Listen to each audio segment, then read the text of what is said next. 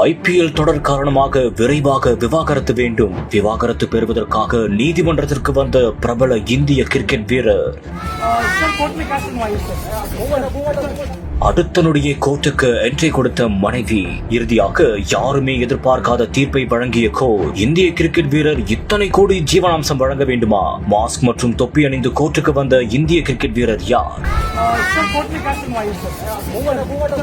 இந்திய கிரிக்கெட் வீரரான சாஹல் நடன இயக்குனர் தனஸ்ரீ என்பவரை 2020 ஆண்டு திருமணம் செய்து கொண்டார். இதற்கிடையே இவர்கள் இருவருக்குள் ஏற்பட்ட கருத்து வேறுபாடு காரணமாக இவர்கள் விவாகரத்து கேட்டு நீதிமன்றத்தை நாடியுள்ளனர். மேலும் ஐபிஎல் போட்டி நடக்க உள்ளதால் வழக்கை விரைவாக முடிக்க வேண்டும் என்று சாஹல் தரப்பு நாடியதாகவும் கூறப்படுகிறது. இதற்கிடையே நீதிமன்றமும் 6 மாத கால அவகாசம் கொடுப்போம் என்றும் இருவரும் மனம் மாறினால் சேர்ந்து வாழலாம் என்றும் கூறியதாக கூறப்படுகிறது. ஆனால் இரு தரப்பினரும் மனம் ஒத்து போய்தான் இந்த முடிவை எடுத்துள்ளோம் என்றும், எனவே விரைவாக விவாகரத்து வழங்க வேண்டும் என்று கூறியதாகவும் கூறப்படுகிறது.